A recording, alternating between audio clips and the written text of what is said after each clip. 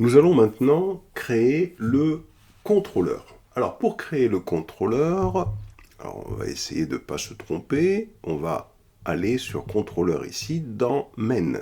Donc on clique sur contrôleur. On fait, alors d'abord, on peut fermer le terminal, si on veut, on n'en a pas besoin, on va l'envoyer à la poubelle. Voilà. Donc, ici, on peut même fermer tous les fichiers qu'il y a là, comme ça on ne va pas être troublé par tout ça. Voilà.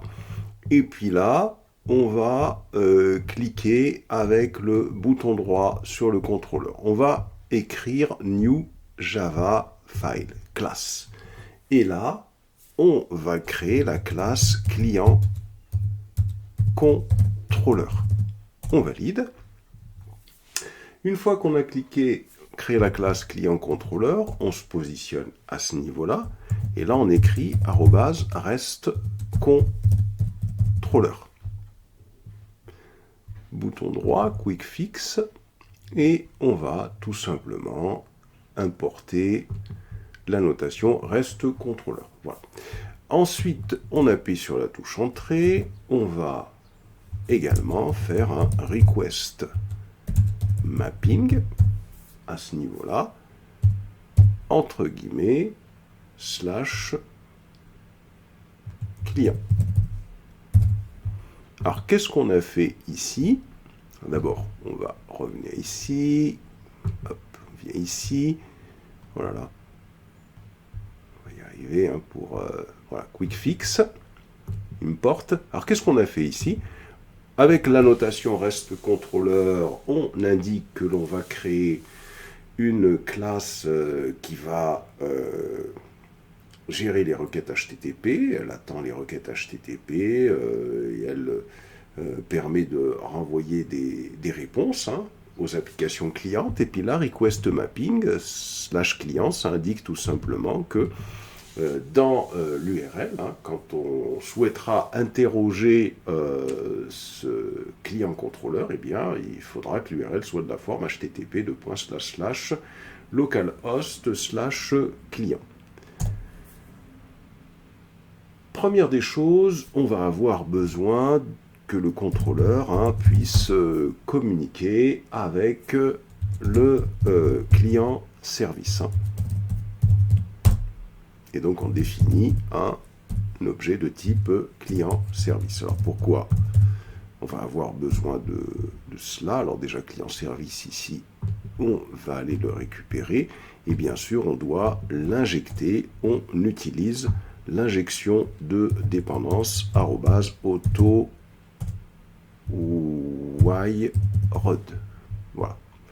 Là, on vient ici, quick fix, et on fait un import. Donc, là, l'idée, c'est que quand une requête va s'adresser à l'application, qu'elle est de la forme slash client, le contrôleur va la récupérer et puis il va rechercher le service correspondant vers lequel il va l'envoyer. Dans notre code, il faudra que on va créer une première méthode pour ajouter ou mettre à jour un client. Ajouter ou mettre à jour un client. À jour un client. Première méthode, donc arrobase, c'est une méthode qui va utiliser la méthode post. Alors je suis en train de chercher le arrobase, où est-ce qu'il est passé? Le voilà, post mapping. Voilà. Et là, on va lui indiquer que ce sera slash register qu'il faudra utiliser dans notre URL pour pouvoir ajouter ou modifier un client. Alors la méthode, on va l'appeler ici. D'abord, c'est pas une méthode qui renvoie un string, c'est une méthode qui va renvoyer un objet de type response entity, comme ça, et on indique que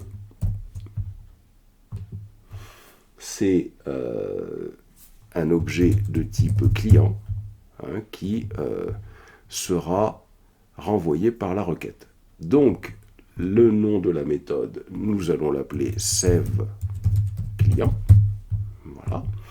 Dans le corps de la requête, il y aura un objet de type entity, un objet de type client. Alors, client, ici, on doit l'importer. Et ici, au niveau du return, on va tout simplement, déjà dans un premier temps, faire appel au service. Alors, on peut laisser return entity pour l'instant, ça n'a pas d'importance, puisque le return, on va en avoir besoin.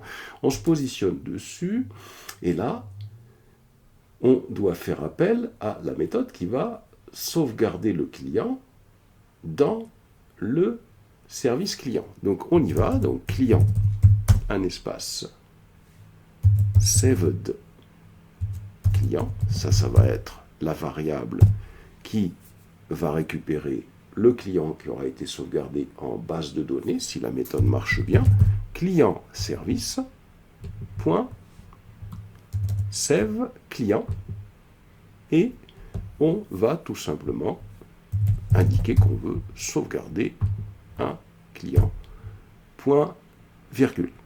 Donc, ici, on a la méthode client service, et on fait appel à la méthode saveClient qui doit sauvegarder un client. Alors le problème, c'est qu'il n'est pas content parce que ici, dans la méthode requestBody, c'est un client qu'il faut lui passer.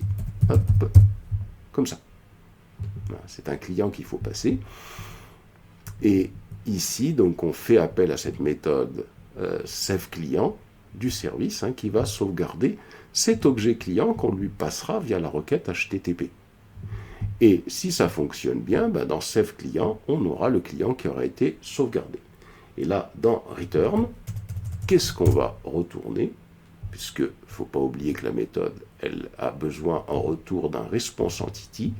On retourne un response entity, hop, et entre crochets, ici, je vais faire un point, OK, c'est-à-dire qu'il faut que la requête se soit bien passée, saved client. Response entity qui est ici, il faut voir que c'est la classe. Voilà, donc ici, qu'est-ce qu'on a? On a la méthode saveClient qui, cette méthode-là, elle va tout simplement récupérer l'objet de type client qui aura été envoyé dans la requête. Donc cet objet de type client sera au format JSON, bien sûr. Et puis, Spring va se charger de le convertir en un objet de type client. Donc, une fois que le client aura été récupéré par notre requête, on fait appel au service. Donc on va sauvegarder ce client qu'on a envoyé via une requête HTTP, et en retour, eh bien, on va retourner un OK, comme quoi le client a été sauvegardé. Donc ça veut dire que ce client sauvegardé sera réaffiché, puis il y aura un 200 OK qui va tout simplement être retourné. Donc ça, c'est la première des méthodes. Ensuite, on a besoin d'une méthode pour récupérer un client via son ID. Donc, / récupérer un client via son ID, son identifiant. Et là, pour pouvoir récupérer un client via son ID, donc on va définir une méthode qu'on va appeler getClientById, donc public. Cette méthode, elle renvoie elle aussi un objet de type response entity et un objet de type response entity qui va prendre pour paramètre client, puisqu'on travaille avec des clients. Cette méthode, on va l'appeler getClientById ID, hop, parenthèse ouvrante.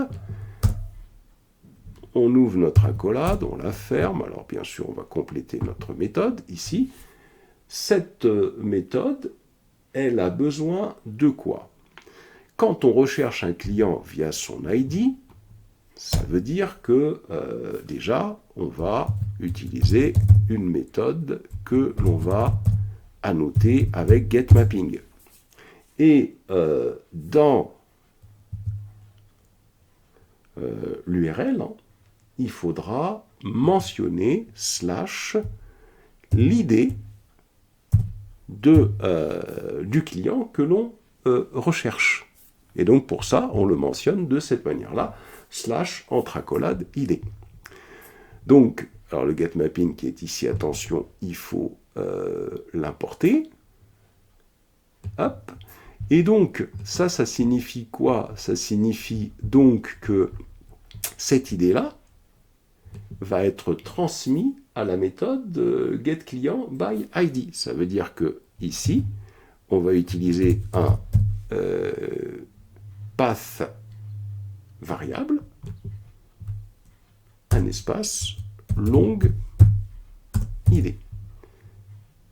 Alors, ici, on regarde ce qu'on a, donc arrobase, je crois que c'est bon, getClientById, entre parenthèses, arrobase, path variable, long id. Alors on va compléter notre méthode, qui n'est pas terminée. On appuie sur la touche entrée, et là l'idée c'est quoi? Donc c'est tout simplement de rechercher via client-service ce client. Donc on va faire un return, un espace, client-service, point, get client by ID. Et une fois donc on fait ça entre parenthèses, on lui passe l'id qui a entre paramètres.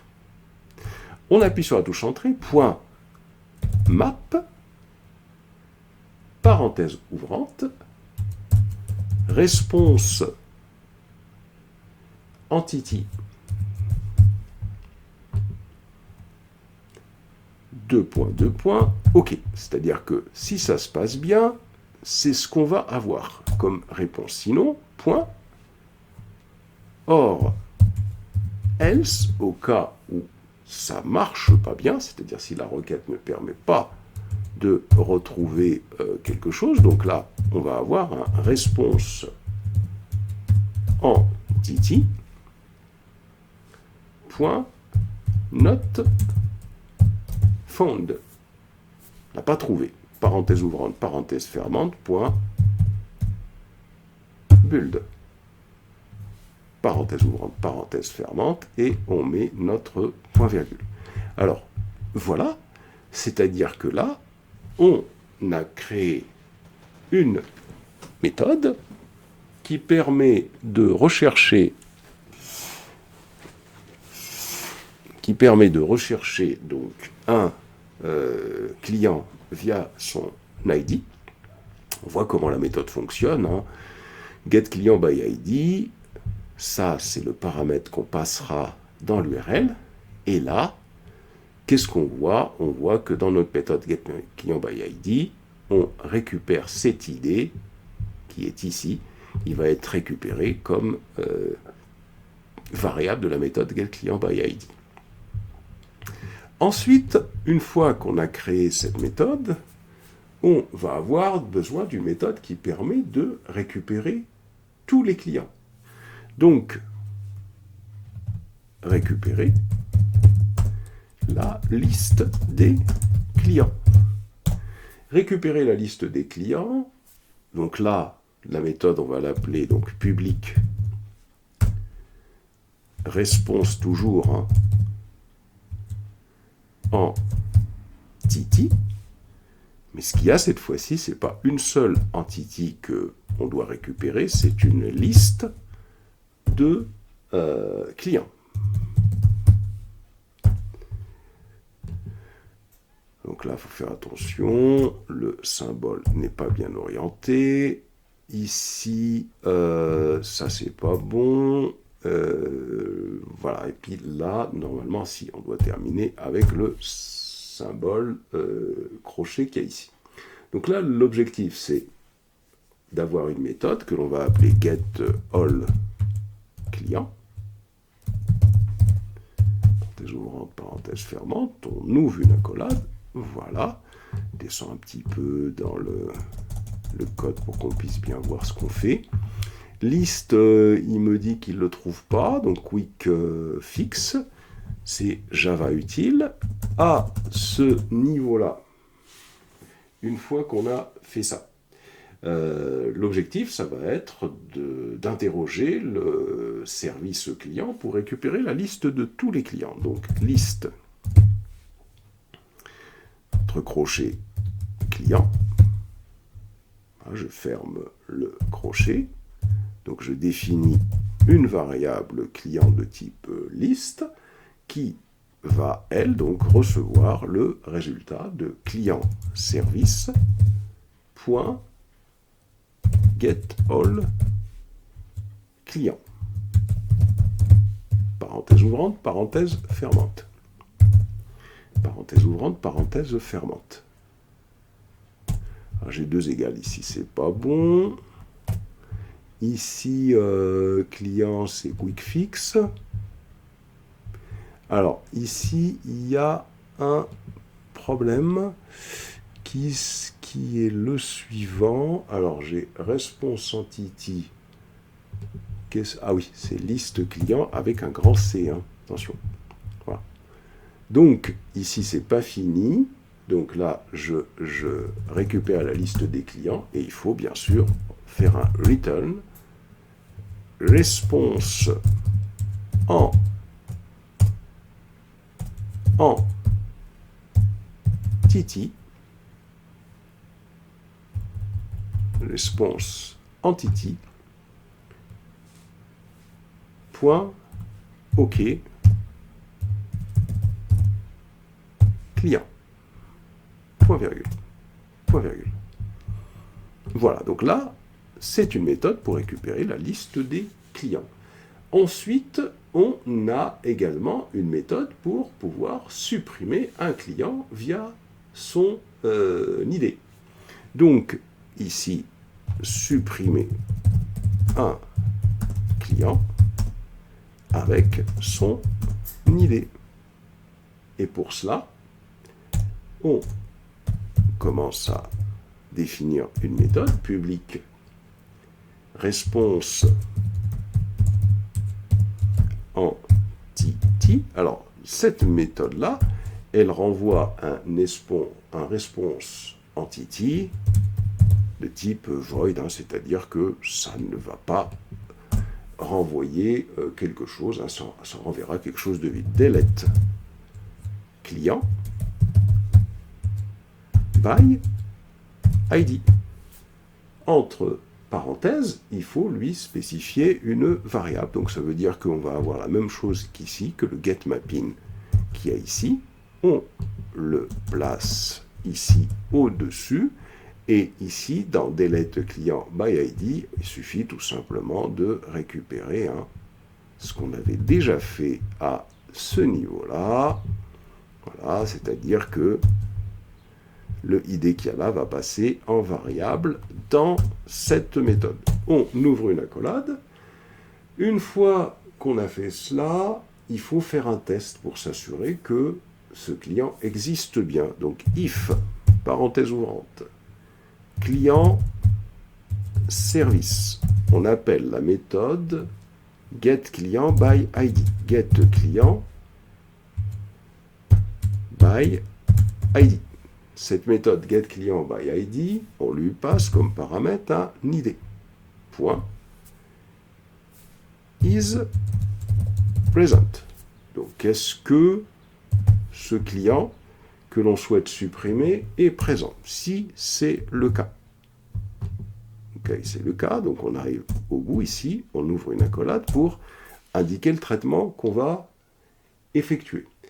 Donc si c'est le cas, ce qu'on va faire, on va faire client service, on appelle la méthode delete client, delete, oulala, delete client by ID, et on lui passe tout simplement l'idée. Hein. Voilà. Une fois qu'on a fait ça, on va faire un return à ce niveau-là, donc response entity, on renvoie aucun contenu, point no content, et on construit la réponse point build, point virgule. Sinon, c'est-à-dire qu'au cas où on ne trouve pas le client, il faudra faire un return response. Attention, avec un grand R, le response. Response entity.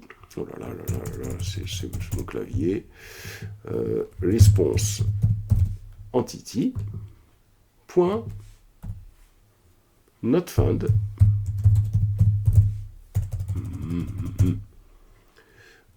Point, je disais donc, not found, parenthèse ouvrante, parenthèse fermante, point build, pour dire que on construit donc la réponse qui ne renverra rien du tout, c'est-à-dire que on n'a pas trouvé le client à supprimer. Donc, ça c'est pour la suppression. On peut également rechercher un client par email. Alors là, ça devient un peu plus simple, c'est-à-dire que déjà, pour rechercher un client par email, on va aller chercher cette méthode-là qu'on avait réalisée pour récupérer un client. Ouh là là. Alors, on avait réalisé la méthode, je l'ai effacée. Cette méthode qui permettait de rechercher un client via l'idée, on la récupère. Et une fois qu'on l'a récupérée, cette méthode-là, eh bien, on va la coller ici. La différence, c'est que on va l'appeler find by email. Déjà, pour commencer, on fait un find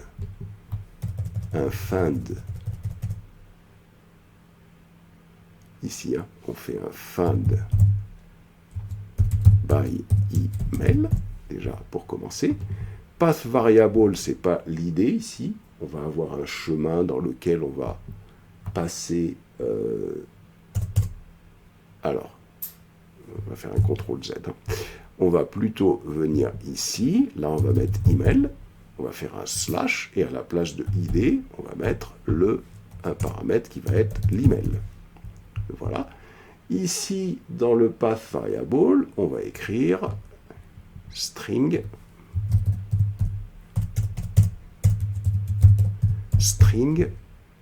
email. Puisque ici, on récupérera la variable qu'il y a ici. Ici, bien évidemment, c'est pas getClient by ID, c'est ici tout simplement la méthode find email, find by email. Et à ce niveau-là, on lui passe l'email. Voilà. Le reste ne bouge pas. C'est comme ça qu'on recherche un email. Allez, on fait la même chose pour... Ici, c'est via son email, on l'a dit. On fait la même chose pour la récupération d'un client via son téléphone, puisque on avait paramétré ces deux méthodes-là via son téléphone, comme ça. Et donc là, on écrit find by téléphone. By téléphone, comme ça. On sauvegarde. Voilà, là normalement, on a créé notre contrôleur. On va d'abord aller le tester manuellement et puis on s'intéressera à la façon dont on peut réaliser des tests unitaires pour un contrôleur.